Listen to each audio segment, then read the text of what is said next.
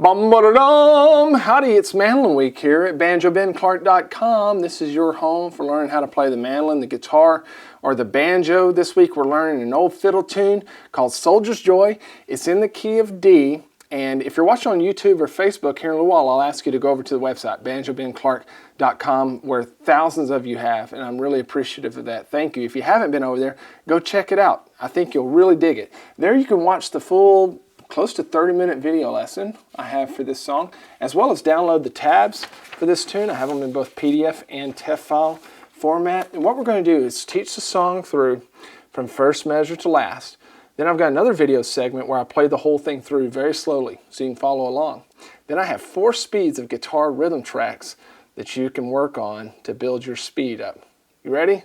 Let's check it out. Soldier's Joy. This is a fiddle tune. It's in the key of D. What's great about these fiddle tunes, or at least most of them, is they follow the same type of pattern. So what we essentially have in this fiddle tune is 4 different little sections, and each section is made up by 8 measures. The first 2 are considered the A parts. We'll talk about that. The second 2 8 measure sections are considered the B parts. What I do when I teach these fiddle tunes generally is I'll give you some variety.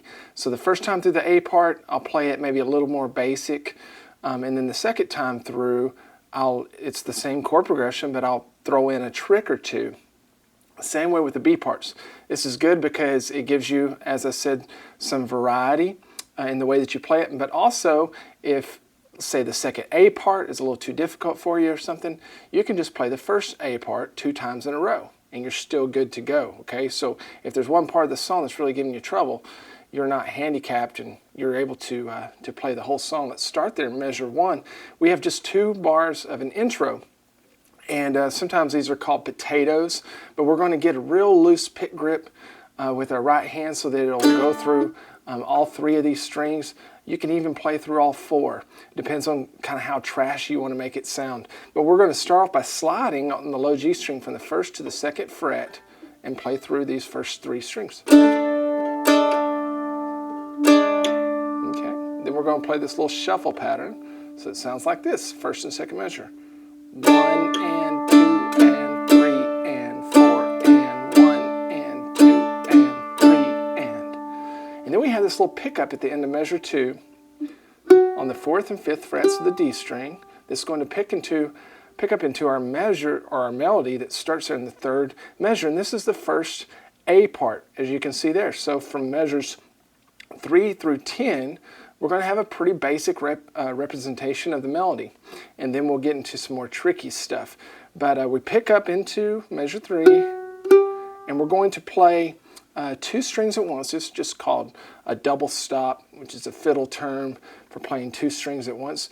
The first beat there, measure 3, is just the A and the E string open, and then we're going to come down and play the D string and the A string, but fret the D string on the 4th fret.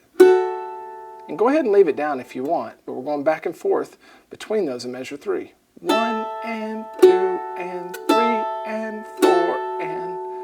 Okay, you may want to loosen up your pick grip just a little bit so it'll flow through those strings. Try to make them even sounding. Then measure 4, we've got a little melodic lick here on the A string. Starts on the 2nd fret.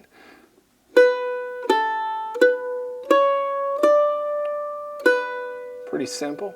1 and 2 and 3 and 4 and. Pay attention to your pick strokes that I have labeled beneath each one of the notes.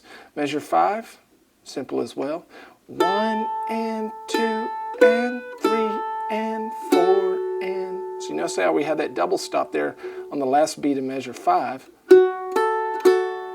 Move on to measure 6. We've got some more double stops in a row with our 2nd fret pushed down on the D string.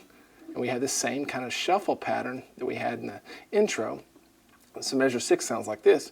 1 and 2 and 3 and. Good. Then we have that same pickup going back into measure 7 that we had before. 1 and 2 and 3 and 4 and. Now we're going to finish out over the next 3 measures this first time through the A part with this real flowing melodic lick. Starts out there on the 2nd fret of your A string. So measure 8 sounds like this.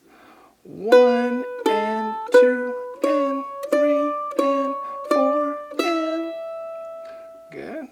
on into measure 9. Starts on the 2nd fret of our E string. 1 and 2 and 3 and 4 and... Good, pay attention to your pick strokes. Now we're just going to wrap it up. Measure 10. 1 and 2 and 3 and 4 and... Now we're going to go into the second A part, and this is where we get a little bit more difficult. We're going to have some cross-picking type stuff in there. But my favorite part about it is that chromatic lick. Let's check that out.